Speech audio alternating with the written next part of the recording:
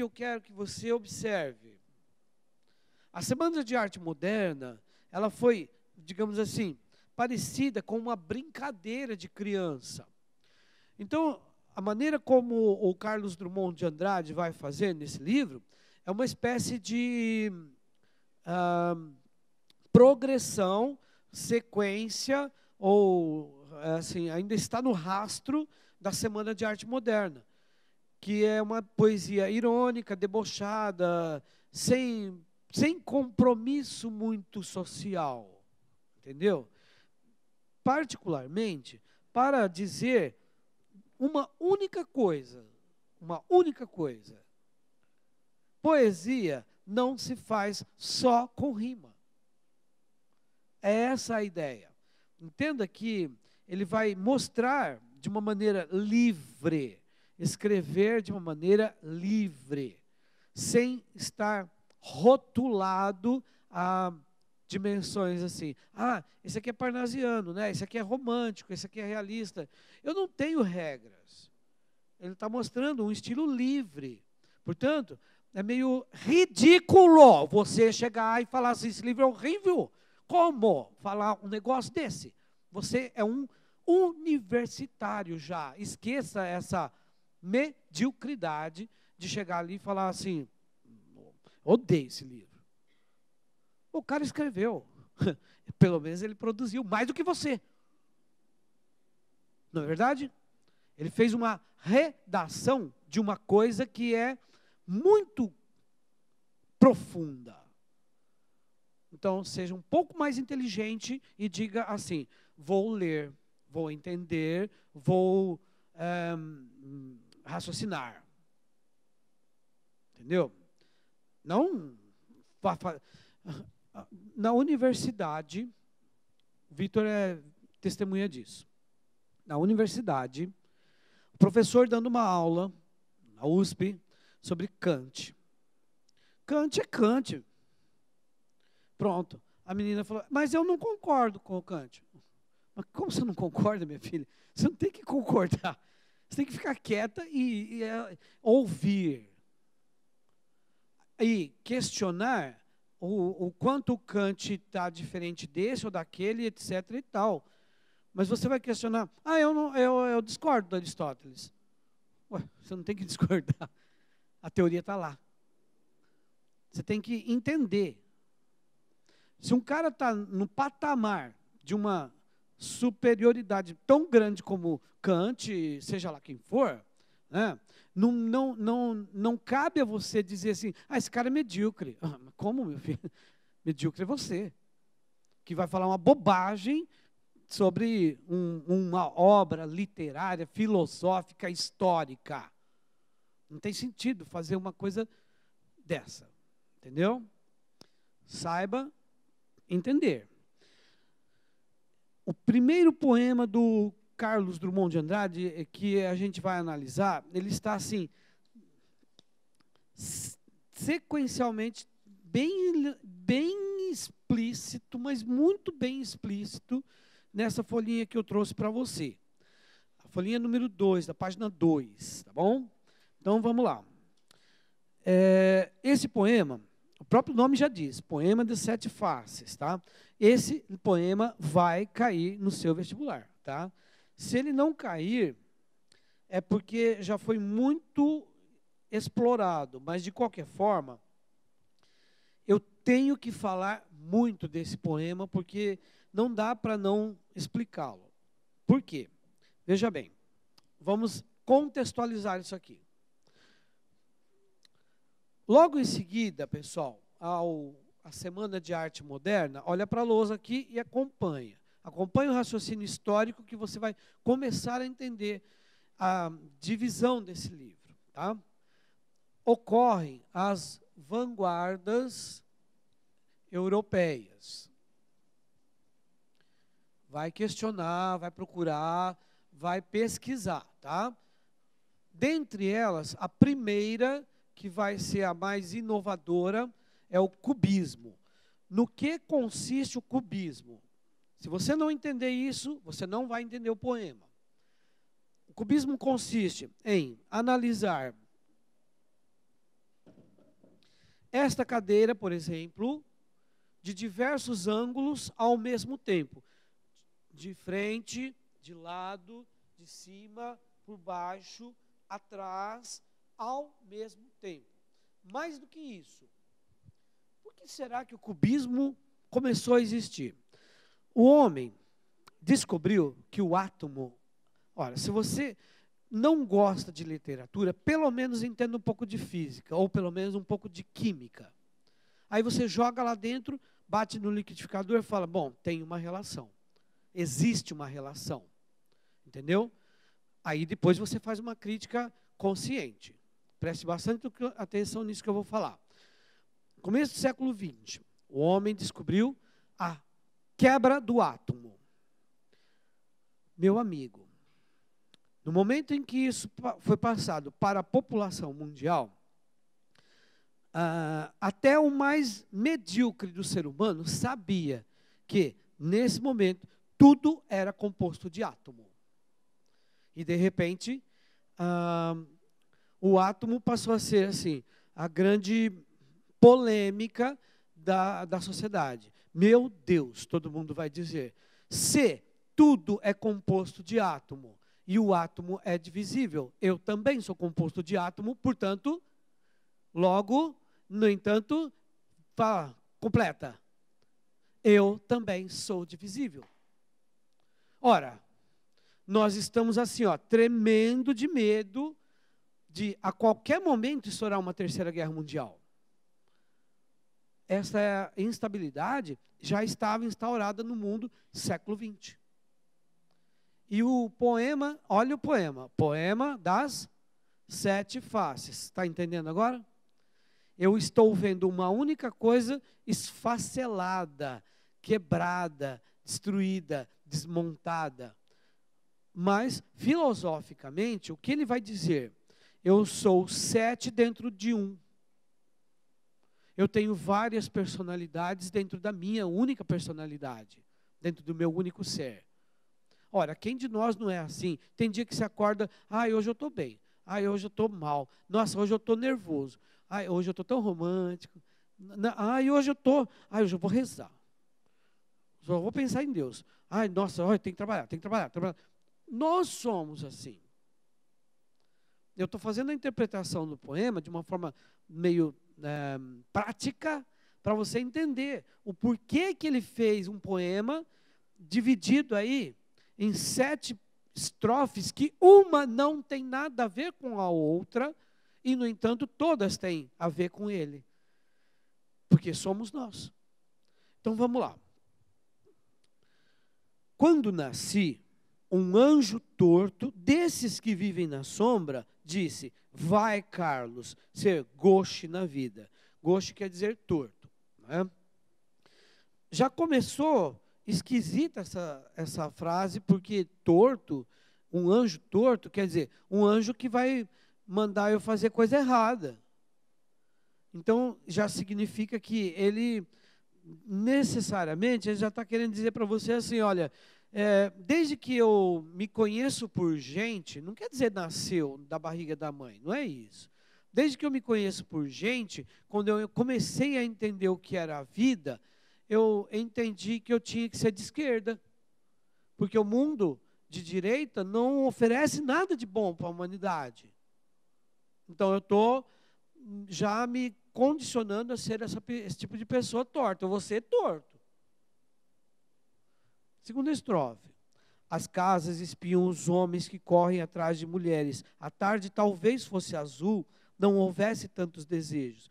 Eu coloquei aí uma análise para você. Veja bem, segunda face. Pode acompanhar na página 2 aí, tá? Há uma ruptura na lógica do discurso, como uma montagem cubista. Ó, estamos quebrando o átomo do Drummond e descobrindo o outro lado dele. Né? Ele percebe que esse lado de as casas espiam os homens que correm atrás de mulheres, talvez uma antecipação do que eu vi na praça semana passada, que eu fiquei assim, pasmo, uma senhora de cabelos brancos procurando Pokémon. Aí você fala assim, mas como? Né? Então, é a realidade do nosso mundo hoje. E com os netos. O que essa mulher vai passar para essas crianças? Ridículo. No entanto, esse bairrismo, essa coisinha que aparece aqui, ó. As casas espiam os homens. Quer dizer, todo mundo adora fofoca. Como é bom falar da vida dos outros. Isso é desde que o mundo é mundo. E não muda. Terceira estrofe. O bonde passa cheio de pernas, pernas brancas, pretas, amarelas. Para que tanta perna, meu Deus? Pergunta meu coração. Porém, meus olhos não perguntam nada. Eu estou observando e vendo que as pessoas estão entrando numa loucura da semana, do trabalho, da cidade, e eu não posso fazer nada, porque eu só estou observando. E eu vou o quê? Questionar isso. Por que as pessoas correm tanto atrás de tanta coisa que não tem sentido e não param para pensar na vida? É o lado, assim, corrido da vida. Então, olha aí. Atenção. Tem uma coisa muito importante aqui escrita, ó. Anote. Como em toda a obra drummondiana, o desejo amoroso é problematizado, tratado como algo incompreensível que transfigura o mundo e o sujeito. Quer dizer, ele não vai falar de amor romântico, esquece isso, porque o romantismo, ó, há décadas já tinha acabado, há séculos. Então, como pensar em romantismo num mundo que só pensa em dinheiro, dinheiro, dinheiro, dinheiro, cada vez mais. E não se esquecer que nós estamos no século XX. Então ele está questionando isso aí. Na terceira estrofe, então, na terceira face, né, ele vai falar o seguinte. Quarta, desculpe. Agora ele vai dizer assim. O homem atrás do bigode.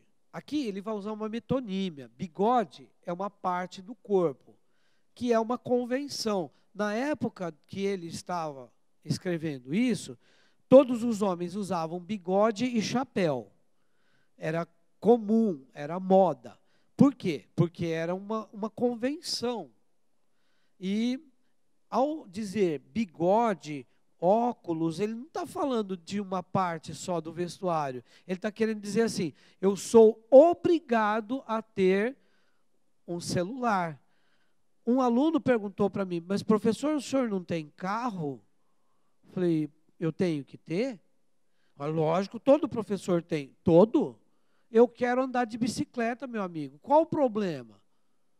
E se eu ando de busão? Ah, é feio, porque professor não pode andar de busão. Na tua cabeça, na minha não. Então eu sou o homem, entendeu? Eu tenho que ser o homem atrás do bigode e tem que ser assim, entendeu? Padronizado. Esse é o Drummond que o mundo espera, mas ele não quer ser.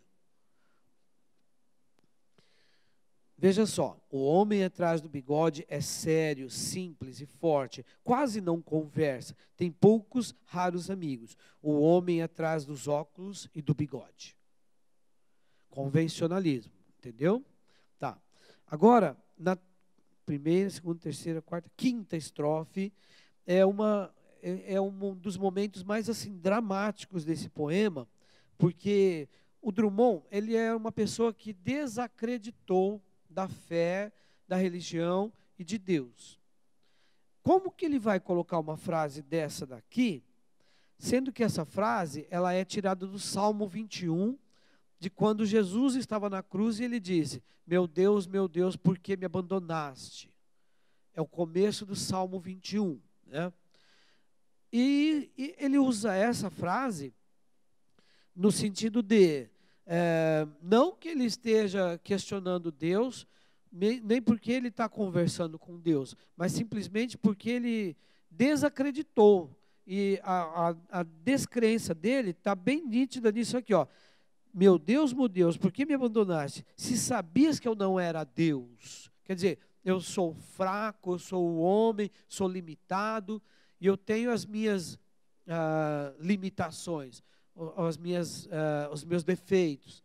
Se sabias que eu era fraco. Ou seja, todas as pessoas, elas têm a mania de jogar tudo para Deus, falar, Deus resolve.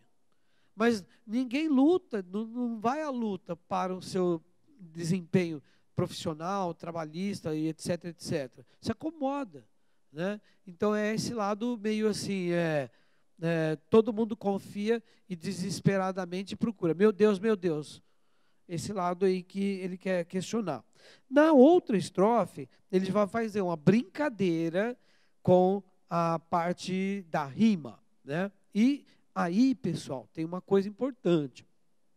O Drummond, ele tem 3 fases na sua vida. Primeira fase, segunda fase, terceira fase. Nessa primeira fase, que inclui este livro aqui, que nós estamos analisando, ele diz assim, eu maior que o mundo. Por que ele diz maior? Porque ele se vê numa posição, não é que ele seja orgulhoso, prepotente, não é nada disso. É que ele está querendo mostrar o seguinte, ele tem visão sobre as coisas. E ele consegue enxergar além do que as pessoas não conseguem. Daqui a pouco a gente vai ver outro poema que fala exatamente disso, da superioridade da visão dele. Mas quando acontece a Primeira Guerra, e já estamos em prenúncio da Segunda Guerra, entre a primeira e a segunda, ele vai escrever aquele livro que nós analisamos, Sentimento do Mundo. E ali ele vai dizer o contrário. Eu menor que o mundo. E nesse livro aqui, tanto ele vai falar de vergonha por ele ter sido omisso com a sociedade, e ao mesmo tempo de ele querer ser solidário, de ajudar. Mas o que ele vai fazer? Aí é nítido aí o desempenho dele nessa frase.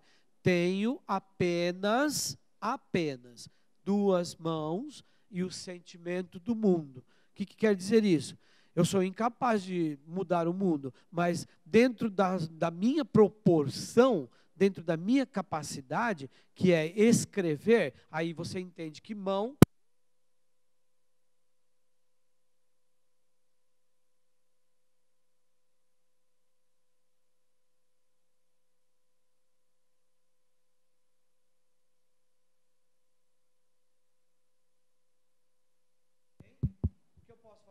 mais nada. Então, aí você vai entender porque ele falou menor que o mundo. Mas na terceira fase, que é aquele livro que nós analisamos anteriormente, Claro Enigma, você viu que ele está assim, decepcionado, depois de ter passado por 2 guerras, e ele chega a uma conclusão, indiferença, total descaso, eu não tenho mais nada para fazer. O que eu podia fazer, eu já fiz. Aí o que ele vai dizer? Eu igual ao mundo. Em suma, por que eu estou te falando isso daqui? Porque a palavra mundo para ele é muito importante em diversas fases da vida dele, diversas fases da poesia dele. E olha essa estrofe. Mundo, mundo, vasto mundo. Se eu me chamasse Raimundo, é uma brincadeira, né? Seria uma rima, não seria uma solução. Mundo, mundo, vasto mundo, mais vasto é o meu coração. Aí você fala assim, olha, ele rimou. É aí que ele te dá uma risada na cara e fala assim, era isso que você queria, né? Que eu rimasse. Eu rimei. Resolveu o seu problema? Resolveu mostrar que o Hitler é um desgraçado? Resolveu mostrar que o Mussolini não deveria ter nascido? Resolveu? Eu fiz rima, e daí? Aí dá um tapa na cara daqueles idiotas que falam assim, poesia que não tem rima não tem graça. livro que não tem história bonita não tem graça. Entende? Eu quero um livro bonito. Não tem que ler livro bonito. Tem que ler livro contextual. Você tem que enxergar a realidade. É isso que ele está querendo dizer. Basta dizer assim, olha, então tá bom, eu vou mudar meu nome, assim eu faço uma rima. Vai resolver o problema? Lógico que não. E finalmente, a última estrofe é o momento do relax. Olha, falar a verdade, eu já falei demais, eu já disse tudo que eu tinha para dizer. O negócio agora é abrir uma escola e relaxar. Estou nem aí. Olha o que ele fala. Olha, eu não devia te dizer, mas essa lua, mas esse conhaque, botam a gente comovido como o diabo. É sexta-feira, eu vou para o churrasco, vou tomar minha escola, vou ouvir minhas músicas e tchau. Fique você com seus problemas. Se você não entendeu ainda que eu estou querendo te mostrar que o mundo é um problema desde que eu nasci, entendeu? Pronto, fechou a conversa. Esse poema é a apresentação categórica dele. Agora, eu vou te mostrar uma outra que eu acho assim, fantástica. Poema que está na página 4, tá? Vou pegar 2 poemas.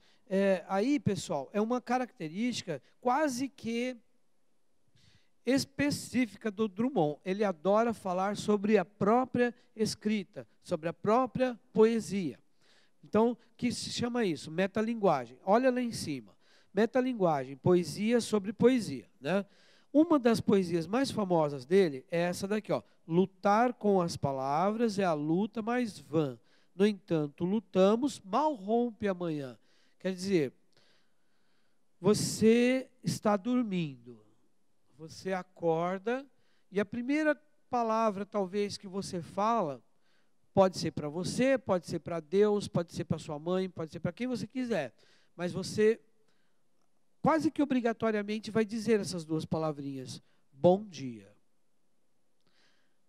Dentro dessa expressão, há tanta significação, porque a necessidade de você acreditar que esse dia vai ser bom. E se ele não for, você vai ter que fazê-lo ficar. E se você não conseguir fazê-lo ficar, você vai ficar frustrado, aí você vai falar, tá vendo? Deus não existe. O mundo não presta, as pessoas são uma droga, o mundo é uma porcaria. Não é por aí, né? Simplesmente transforme essas 2 palavras em realidade. Bom dia.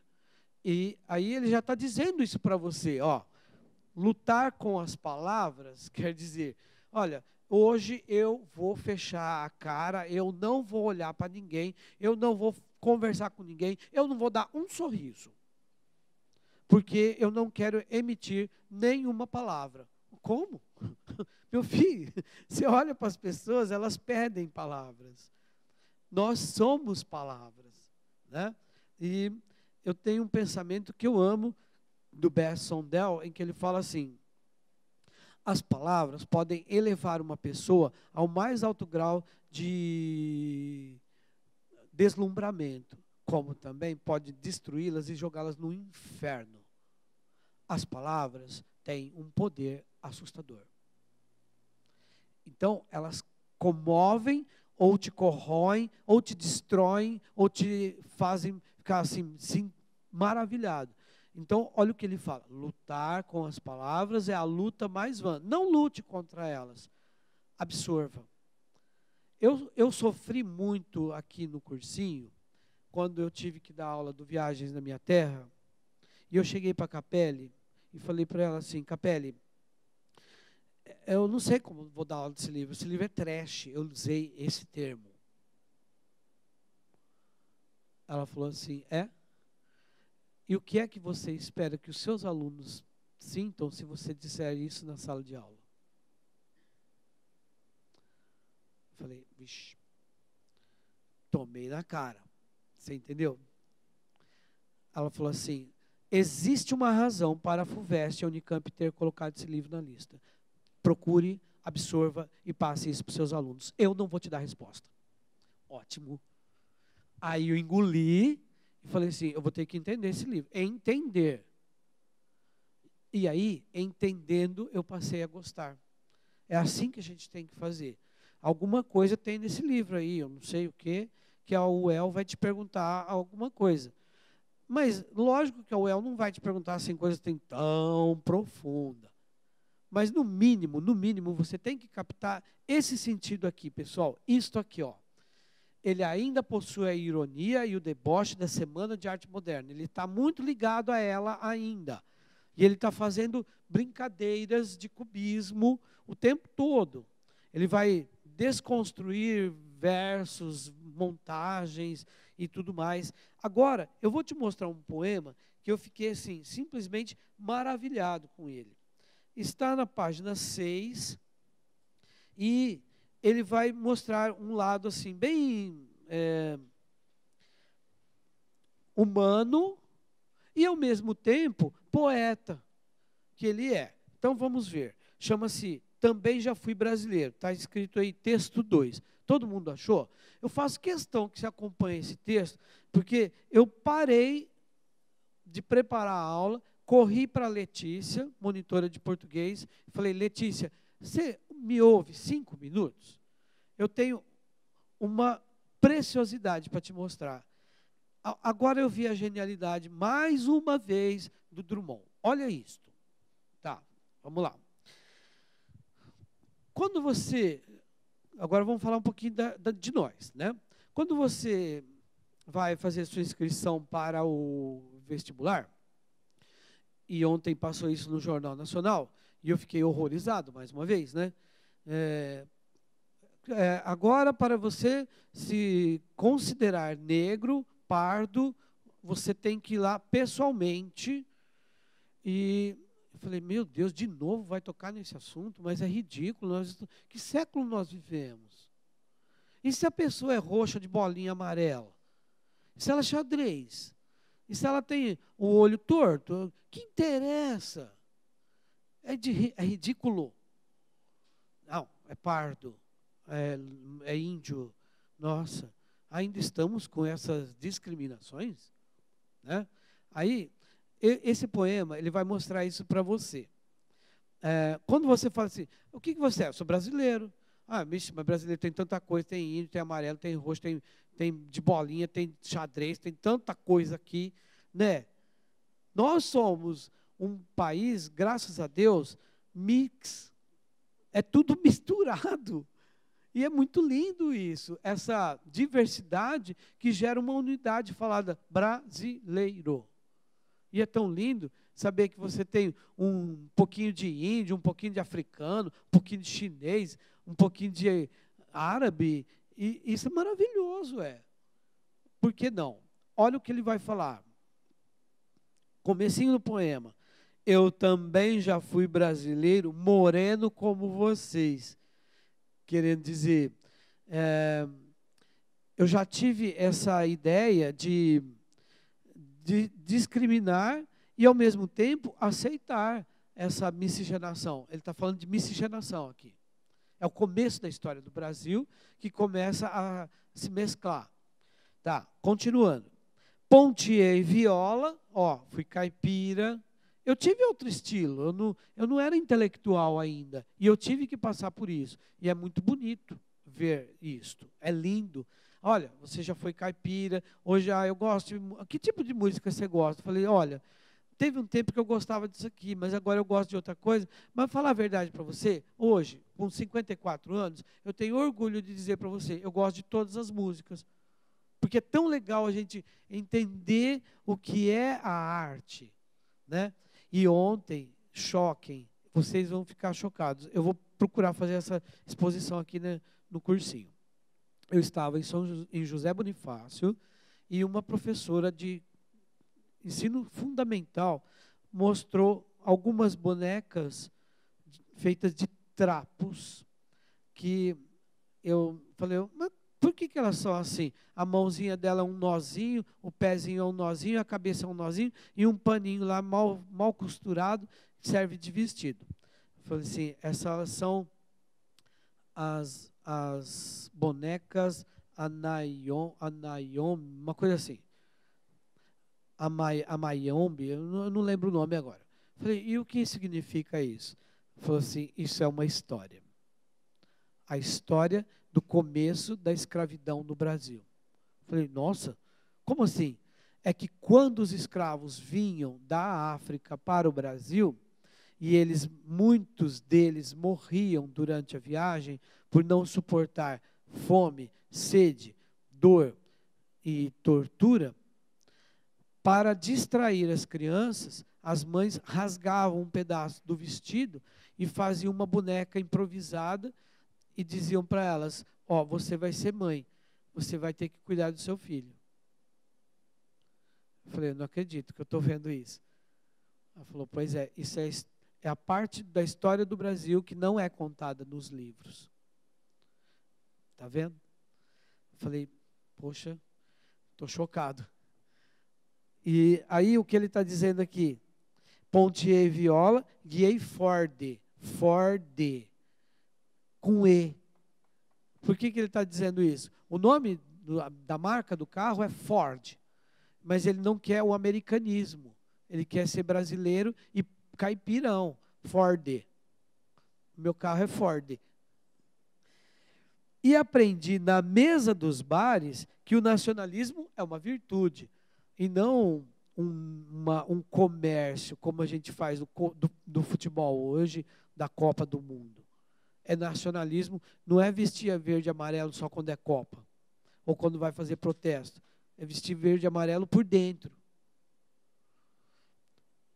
Mas há uma hora em que os bares se fecham e todas as virtudes se negam. Quer dizer, é o momento da realidade, a frustração. Segunda estrofe, eu também já fui poeta, bastava olhar para a mulher, pensava logo nas estrelas e outros substantivos celestes.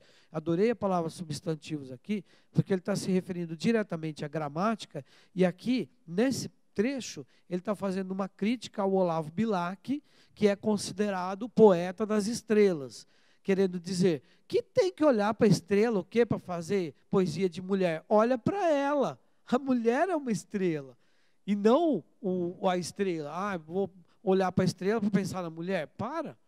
E querer fazer poesia métrica, bonitinha, né, dentro de parâmetros. Mas a terceira estrofe, você não vai acreditar. Olha o que esse cara fez. Todas os versos, eles têm 8 sílabas. Único verso, que só tem 9, é o 1, 2, 3, 4, 5, 6, 7, o verso número 7. Então eu vou fazer a métrica para você. Olha só. Eu também já tive hit, eu fazia isso, dizia aqui, e meus amigos me queriam. Todos eles têm 8 sílabas. O que ele está querendo dizer isso? Enquanto eu era um poeta que usava a padronização, a mecanização, a rima, a métrica, ou seja, em outras palavras, eu era certinho, todo mundo me admirava. Mas eu resolvi não ser assim. Ele está confirmando aqui aquele gauche que ele falou lá no primeiro poema. Dizendo assim, mas acabei confundindo tudo. Nesse verso aqui, se você fizer a métrica, ele sai da métrica normal, ele tem 9 sílabas. Preste atenção, ó. Mas acabei confundindo 9. Ele quebra a rima, a métrica, perdão. E depois, os 3 últimos, ele volta a fazer com 8, só que, veja que coisa louca, a ironia. Todos os 3 últimos versos têm 8 sílabas, só que ele está falando exatamente o contrário do que ele está fazendo. Ele tem métrica na padronização, mas não tem conteúdo que faz justificar essa métrica. Quer dizer, eu sou rebelde. Já que eu tenho que ser certinho, eu vou ser torto dentro do certinho. Eu vou ser de esquerda mesmo. Olha os 3 últimos versos, o que ele fala. Hoje eu não deslizo mais não. Não sou irônico mais não. Não tenho ritmo mais não. Mas tem. Entendeu? Tem 8 sílabas e, no entanto, o conteúdo é a desregração. Quer dizer, não adianta querer me botar um freio, eu não sou cavalo, eu sou gente. Eu vou falar do jeito que eu quiser. Olha o título do poema. Também já fui brasileiro. Bom, para terminar, quase, né? Esse eu tenho que falar para você, porque aqui, pessoal, ele vai fazer uma alusão perfeitamente ao modernismo que estava chegando no mundo. Não era só aqui, em toda parte do mundo. E eu vou falar com você agora sobre o texto número 4. Olha que coisa louca. A rua diferente. A gente lê o poema inteiro, depois eu volto para mostrar o que ele está dizendo aí. A rua diferente. Na minha rua estão cortando árvores, botando trilhos, construindo casas. Minha rua acordou mudada, os vizinhos não se conformam, eles não sabem que a vida tem dessas exigências brutas. Só minha filha goza do espetáculo e se diverte com os andames, e a luz da solda autógena e o cimento escorrendo nas formas. Primeira estrofe. Ele anuncia uma mudança que está acontecendo no século XX. Olha aqui. Semana de Arte Moderna. E toda a modificação urbana, prédios, trilhos e tal, né? Aí, a primeira linha já é um choque. Estão cortando árvores. Quer dizer, já estão destruindo a natureza. Botando trilhos, construindo casas. Então, vai acentuando o progresso. Como que a gente colocaria uma palavra para designar essa estrofe? Mudança. Tá? Se quiser escrever aí. Tá. Segunda estrofe. Aí o modernismo já começou a se implantar e você percebe que há uma rapidez do processo da urbanização. Minha rua acordou mudada. Pronto. Ele já colocou o verbo no passado e de ontem para hoje muita coisa já aconteceu. Já está destruída, já está construída. Destruída naturalmente e construída artificialmente. Os vizinhos não se conformam. Agora, olha que coisa. Quando ele diz assim, eles não sabem que a vida tem dessas exigências brutas. É nessas 2 linhas que eu quero que você entenda isso aqui, ó. É nesse momento que ele está querendo dizer, será que eles não veem que estão destruindo a natureza? E eles não enxergam isso. É nesse ponto que ele está querendo dizer que ele é o maior, não no sentido de orgulho, mas no sentido de ter visão. Ele está enxergando e os outros não. Os outros estão neutros. Aqui, na terceira estrofe, ele vai mostrar uma coisa mais terrível ainda. Você percebe que ali, na terceira estrofe, ele está falando da filha dele, ou seja, é a outra geração. Como a filha dele não se choca com a transformação da sociedade e nem da cidade, para ele vai dizer assim, que pena, ela não viu o que a cidade era e nem vai ver, e daqui para frente, a realidade que ela está embutida, que ela está mergulhada, já faz parte do mundo dela. E ela não vai enxergar o que era o passado, ela já está mergulhada no futuro. Olha que coisa louca. Ele passou três momentos, ó. E você percebeu uma coisa? No primeiro verbo, ele colocou o verbo no gerúndio. Estão cortando. Já está acontecendo. Gerúndio. Depois na segunda estrofe. Olha que lindo. Gerúndio nas 3, né? Botando, cortando, construindo. Agora, na segunda estrofe, ele usou o verbo no pretérito perfeito. Acordou. já aconteceu. Da noite para o dia, a cidade já mudou. E na terceira estrofe, ele usa o presente. Olha que coisa louca. Minha filha goza o espetáculo, se diverte com os andaimes. Ou seja, a nova geração nunca vai enxergar o que era o passado lindo e o presente destruído. Já nasce destruído. Olha o nome do poema, A Rua Diferente. Tá. Agora, eu tenho um poema que não dá para falar tudo, porque ele é muito, muito longo. Então, eu botei só um pedacinho para você ver como ele gostava dos amigos dele. O Mário de Andrade, que é da Semana de Arte Moderna, novamente, olha, você está vendo? Está tudo ligado. Mário de Andrade, eu espero que vocês conheçam, né? Ele era amicíssimo do Carlos Drummond. E os dois começaram a trocar cartas e tal. Um morava no Rio de Janeiro e o outro morava em Minas Gerais, né? E o Mário de Andrade é um verdadeiro amigo dele. O Mário de Andrade, ele escreveu vários livros e ele costumava dizer que a cidade de São Paulo era a noiva dele, de tanta paixão que ele tinha por essa cidade. E ele adorava andar pelas ruas de São Paulo, que algumas calçadas são assim, em formas de losango, que lembra uma calçada da França, de Paris, tal, né? E o Mário de Andrade, ele era um verdadeiro cosmopolita. Ele falava de São Paulo como se ele estivesse falando de Paris. Ele tinha essa dualidade europeia e brasileira ao mesmo tempo. E ele falava que a cidade de São Paulo era um encanto para ele, porque ela era moderna e antiga ao mesmo tempo. Enfim, ele guardava recordações maravilhosas da cidade. Nessa daqui, olha o que ele vai falar. Ele está em Belo Horizonte, o Carlos Drummond, e ao mesmo tempo que ele está em Belo Horizonte, ele está lembrando do amigo que está lá em São Paulo, Mário de Andrade. Olha como é que ele começa esse poema. Meus olhos têm melancolias. Não precisa falar mais nada.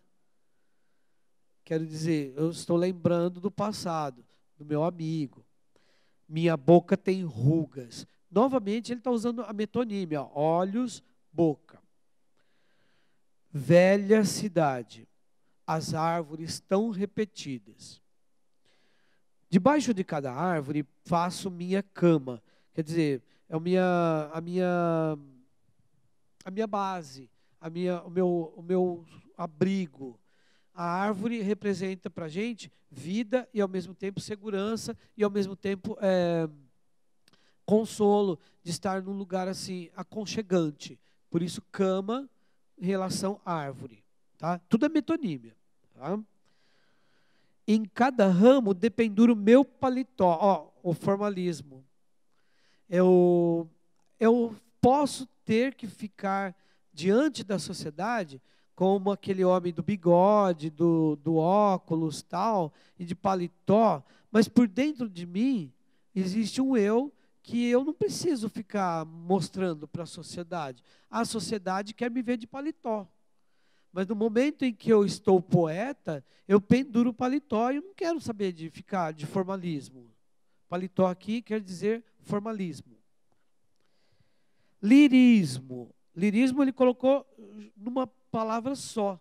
Quer dizer assim, olha a poeticidade, como se ele estivesse dizendo numa coisa só, numa palavra só, duas palavras. Olha só. Poeticidade.